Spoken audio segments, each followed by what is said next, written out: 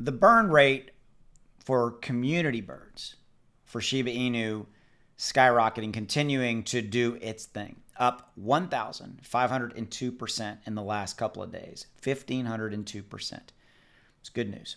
I'm taking it as that. And I wanted to kind of have a fireside chat with you around burns to kind of make you aware of how this landscape looks. When you're talking about and looking at burns associated with Shiba Inu, number one, I always remind you that when Shiba Inu launched in August of 2020, it wasn't when you launched a project, you didn't build in deflationary burns, transactional burns that burned a certain percentage of for example, Shiba Inu tokens every time a transaction. It just wasn't how you built the project, how you built the smart contract, all that kind of stuff.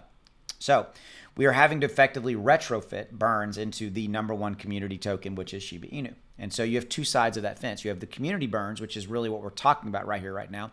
And then you have burns that are going to be coming very, very quickly from the devs built into the product, the utilities, the ecosystem that is Shiba Inu. Okay, it's the community burns that are leading the narrative right now. We have so many different types of community burns, from voluntarily burning and getting rewards via burn.shibaswap.com, which is an official burn portal from the dev community where you can earn kind of passive rewards associated with the sister token of Shiba Inu, Ryoshi. Okay, you can check that out at burn.shibaswap.com. There you go. That's option one. All right, and then scenario two is obviously the burns coming from the dev communities themselves. And so we know, in fact, we got clarification late last week that there was going to be burns associated with the Shiba Eternity, which is the collectible card game from Shiba Inu.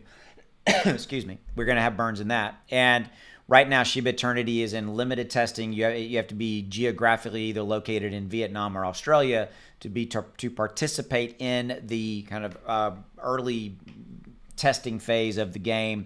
By the way, that's nothing new related to how they test the code.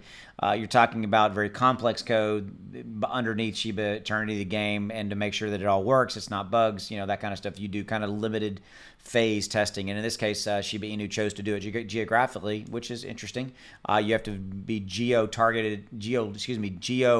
located either in, say, Vietnam or Australia to be able to actually physically download the game. And you can get the game on the App Store and on the Google Play Store if you live or you're in those two parts of the world.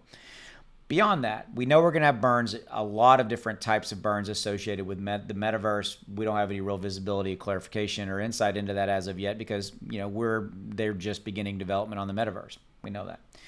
The big one coming is Shibarium. Shibarium is Shiba Inu's layer 2 blockchain that they are going to be deploying, and ultimately it will be the foundation for kind of all things in the Shiba Inu ecosystem, right? And there's reports out there and kind of scenarios and numbers that I've looked at. In fact, I've done videos on this. There are actually fairly reasonable calculations that show with a combination of ShibaSwap, Shibarium, the game, the metaverse, that we could legitimately burn over 100 trillion tokens per year. Not bad, right? And so, again, I just wanted to kind of walk you around the park related to this burn initiative and kind of say, hey, community burns are up 1,502%. That's a good thing. And we got more burns on the way, and I'm going to celebrate that. I am pretty much a glass half full kind of guy, and so I'm bringing you kind of the latest and greatest. And with that said, I will see you. Have a good one. Take care.